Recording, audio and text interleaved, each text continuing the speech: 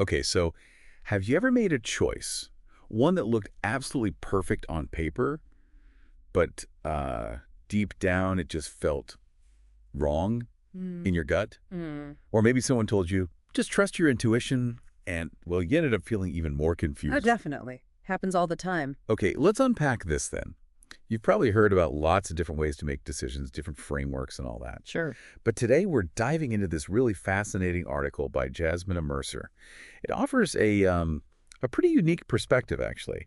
It promises to help you uncover your true decision-making power, the one that's kind of naturally wired just for you. Yeah, it's really quite amazing how much our decision-making process, how we actually do it, impacts, well, pretty much every corner of our lives. Everything, right. Everything. We're talking the big stuff, careers, partners, moving house, investments, but also, the smaller day-to-day choices too. And the ripple effect from all these choices can be huge, life-altering even. Yet so many of us feel, well, overwhelmed or just stuck, like in constant indecision. So our mission with this deep dive really is to introduce you to these 8 distinct decision-making styles. Think of them like a map, maybe, to help you make choices with, hopefully, more confidence, more ease. Okay. At the end of the day, it's about empowering you to trust your own internal compass, not just relying on logic all the time or doing what everyone else seems to be doing. Right. So let's set the stage a bit, because often we don't really think about the complex maze of things influencing every single choice we make. Exactly. And what I found really interesting in the article is how rarely it's just about logic. It's almost never that simple, is it? Can you maybe elaborate on what else is really going on there? You're absolutely right. It's hardly ever just logic. There are so many hidden forces, you could say. Like what? Well, for instance, our conditioning, how our family, our culture, even school often shapes how we approach decisions by default. We don't even realize it's happening half the time. Exactly. Then there's a really powerful pull of, say, fear of failure or loss that can subtly push us towards choices that feel safe, but maybe aren't actually fulfilling for us. Playing it safe. Right. And we also see perfectionism quite a lot, that quest for the perfect decision. It often leads straight to analysis paralysis. Oh, yeah. Been there. Where, ironically, no decision gets made at all because you're waiting for this impossible perfection. And then, especially now, there's just information overload. Ugh. Tell me about it. Right. Too much data, too many options. It can actually make it harder, not easier, to figure out what really matters to you. It really feels like you're drowning in options sometimes, doesn't it? Oh. And you just can't pick one. Is there a way to, cut through that noise? That's the key question. And add to that pile, often there's a fundamental lack of self-trust. We end up constantly looking outside ourselves, seeking external validation because deep down we doubt our own judgment. Or maybe emotional bias is at play. Our feelings are swaying our judgment, but we haven't really acknowledged them. And all these things, they often culminate in that classic state. Analysis paralysis, just overthinking everything, preventing any actual decision. Wow. So when you find yourself saying, God, I just don't know what to do, what you might really mean is, I don't know who to trust, especially myself. That's, yeah, that hits home. It really does, doesn't it? But okay, imagine flipping that. Imagine making decisions not from that place of fear or confusion or overwhelm, but from a place of deep self-awareness and real self-trust. When you can do that, it unlocks some incredible benefits. Like what? Well, first, increased resilience and adaptability. You just get better at navigating uncertainty, bouncing back from setbacks because you trust your way of figuring things out. Makes sense. It also brings this greater sense of peace, inner harmony. When your choices feel aligned, there's less internal conflict. It just feels... Right. Less second guessing. Exactly. And crucially, you gain this enhanced sense of personal responsibility. You fully own your choices and their outcomes. That builds integrity, and it's incredibly empowering. That sounds, incredibly freeing. I bet a lot of listeners, myself included, have moments where we really wish we had that reliable internal compass you're talking about. So the article introduces these 8 decision-making styles, and it calls them maps, which, not rigid rules, right? Just guides. So what does this actually mean for you, the listener? Understanding these maps, it seems, can empower your own choices, but also maybe help you support others better, like clients, team members, friends, family. Absolutely. They're practical maps for clarity, for yourself, and for understanding others. Should we dive into them? Yes, let's do it. Okay, first up, we have the emotional authority. So if this is your style, clarity comes with time. It doesn't show up right in the middle of an emotional high or low. Ah, okay, so no big decisions when you're super angry or ecstatic? Pretty much. For significant choices, you absolutely need to ride out those emotional waves first. So for you, the key is to pause and reflect. Well, things like journaling can help, or talking things through with a trusted therapist or coach. Sometimes just giving yourself space and time is the answer. Patience really is your path to clarity here. Got it. And if you're supporting someone with this style, encourage them to just sit with their feelings, no judgment. Gently remind them that waiting for that emotional calm, that neutrality, is key. Don't rush them. Okay, makes sense. What's next? Next is the gut instinct. Now, the style is all about an instant visceral reaction. You feel it right in your body. It's an immediate yes or no. Like a physical sensation. Exactly. It works right in the moment, like an internal compass pointing north or south. If something feels expansive, open, light, that's usually a yes. If it feels constricting, heavy, like a deflation, that's probably a no. Interesting. So for you, if this is your style, the advice is pretty straightforward. Ask yourself simple yes-no questions about the decision and really tune into your body's signals. Is it a full body yes or a definite, no way? Trust that initial physical hit. And when supporting others like this, just help them tune into those signals. Don't pressure them to explain why they feel that way logically. Their physical response is their answer. I wonder how many of us, especially those who pride ourselves on being logical, might just accidentally steamroll right over that gut feeling because it doesn't come with a spreadsheet. Oh, absolutely. It happens all the time. We're often taught to distrust those feelings. Right. Okay, so what's the third style? Moving on, we have the intuitive whisper. So your style here is an inner knowing that arrives instantly, but also quietly, often like a gentle whisper. So different from the gut instinct. Yeah, it's distinct from a strong emotional reaction or even that visceral gut hit. It's more subtle. A quiet knowing that can pop up before your logical mind even kicks in to analyze it. Ah, okay. So for you, creating space for quiet reflection is really paramount. Think practices like meditation, breath work, maybe even those float spa sessions, anything that quiets the external noise. Makes sense. Your initial quiet instinct is often your most aligned guide, even if it doesn't make immediate logical sense. And hey, bonus. These quiet practices can also be amazing for sparking creativity. Nice. And for supporting others. Encourage those practices that help them find inner stillness. Remind them that true intuition often speaks very softly. You have to listen carefully. Okay, that's 3. What's number 4? Our fourth map is the self-directed willpower.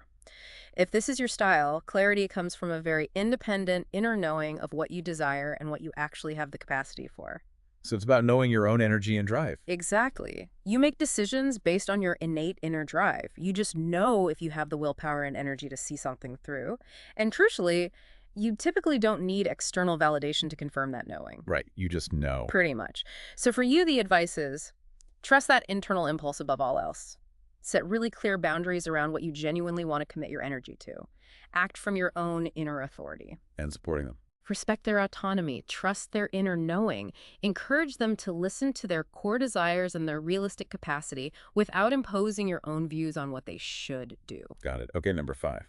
Number 5 is closely related, but there's a key difference. It's the recognized willpower.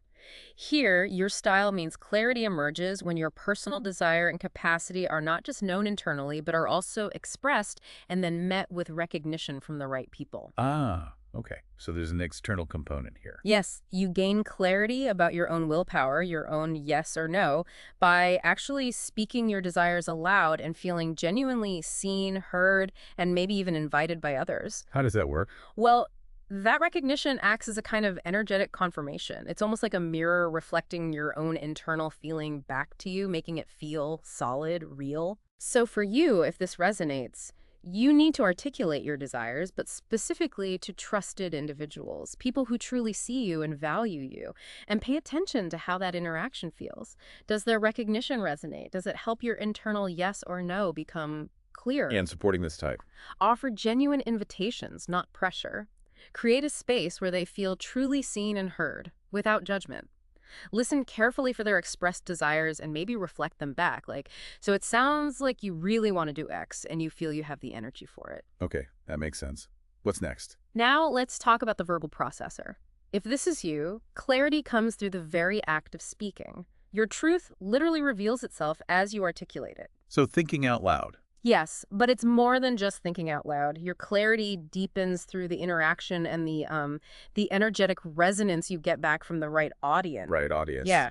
When you speak in front of someone who really listens, who reflects your energy with a kind of neutrality and presence, it creates this feeling of alignment, like an internal click. Gotcha. So for you, actively seek out spaces and people where you feel seen, valued, and genuinely heard. You could also try writing your thoughts down and then reading them aloud, or even making voice recordings for yourself. Interesting workaround. It can be. And when supporting a verbal processor, encourage them to voice their thoughts, but in environments where they feel truly recognized. Emphasize that the person they talk to and that person's presence is really crucial for their clarity. Okay. Two more. Next is the sounding board. Now, this sounds similar to the verbal processor, but it's different. If this is your style, clarity emerges when you verbalize your thoughts to a trusted listener, primarily so you can hear your own truth articulated. Okay, wait. How is that different from the verbal processor? Good question. The sounding board needs to speak their thoughts out loud, yes, but not necessarily to get advice or even that energetic resonance back. It's more about hearing their own thoughts and feelings echoed back to them through the act of speaking. So the listener is more passive. More of a neutral mirror, exactly. So for you, if this is your style, find a calm, non-judgmental confidant. They don't need to be an expert or offer solutions. Their main job is just to listen. Okay. Talk through your options, but listen intently to what resonates in your own voice as you speak. Often you'll hear the answer in your own words. And supporting them. Be a patient, active listener. Really active. Avoid interrupting or trying to fix things or give advice unless asked. Simply reflect their words back sometimes. So hear you saying, that helps them hear their own insights. Okay, that distinction between verbal processor and sounding board feels really important. It's not just about talking, is it? It's about the purpose and the feedback needed. Absolutely. Yeah, that's a great way to put it. It's subtle but vital. Verbal processors are actively seeking that resonance, that recognition from an audience. The listener's acknowledgement, their energy, helps confirm the truth for the verbal processor. It's like an energetic feedback loop. Sounding boards, though, primarily need to hear themselves think out loud in the presence of someone neutral. The listener is a mirror, letting them gain clarity from their own spoken words, rather than needing that active, energetic confirmation from the listener. They don't necessarily need the listener to get it in the same active way, just to hold the space. Got it. Okay. That clarifies it. So the last one. Finally, number 8 is the cyclical clarity. If this is your style, you require a full cycle, often around 28 days, like a lunar cycle, or at least a significant period of observation to reach clarity. Wow. Okay. So no quick decisions here. Definitely not for the big stuff. This decision-making process is inherently slow, it's deliberate, it's often tied to observing yourself through different phases or rhythms. You need to see how you feel about the decision across various environments, situations, moods, over an extended period. So tracking things. Exactly. For you, the absolute key is don't rush. Track how your energy, your emotions, your perspective on the decision shifts over, say, a month or several weeks. Major decisions really require the gift of time for you. In supporting someone with this style. Patience is paramount. Emphasize long-term observation. Maybe help them set up simple systems to track their feelings and energy related to the decision over time. Remind them it's okay, even necessary, for them to take that time. Wow. Okay, that's a lot to take in, those 8 styles. Yeah. But it feels incredibly empowering, actually, to realize there isn't just one right way to decide things. Exactly. So this really raises an important question for you listening right now. Let's reflect a bit using some prompts from the article. Yeah, maybe just take a moment. Ask yourself, how have you typically made decisions in the past? Like, really think about it. Were those choices based more on your internal knowing, whatever that felt like? Or were they driven more by external pressures, what you thought you should do? Ooh, good question. Did you usually act from a place of clarity, feeling settled? Or was it more from a place of fear or urgency? And thinking about the styles we just discussed, which one, or maybe even combination, feels most like your personal decision-making code? Does one just jump out and make you go, oh yeah, that's me? Yeah. And maybe, just maybe, think about a time you did trust your intuition or that gut feeling or waited for clarity. What was the outcome then? That's powerful stuff to consider. Yeah. Because knowing your decision-making style, it isn't just like an interesting personality insight, is it? The article frames it as a really powerful self-leadership tool. It absolutely is. It's about truly understanding your unique inner compass and how it actually, works for you. Yeah. Precisely. And what's really, I think, revolutionary here isn't just slapping a label on yourself. It's realizing how many of us have been trying to force ourselves into these decision-making rules or methods that just don't fit. They don't align with our natural wiring. Right. Like trying to be purely logical when you have a strong gut instinct. Exactly. So when you learn to actually trust your true decision-making style, whatever it is, choices tend to become less stressful. They feel more aligned with who you really are. You stop all that second guessing. You stop feeling like you have to over-explain your choices to everyone. You really start to lead your life from this place of intrinsic confidence. It's quite transformative. I can imagine. It sounds like a path to more peace, really. It really can be. So here's a final thought for you to take away.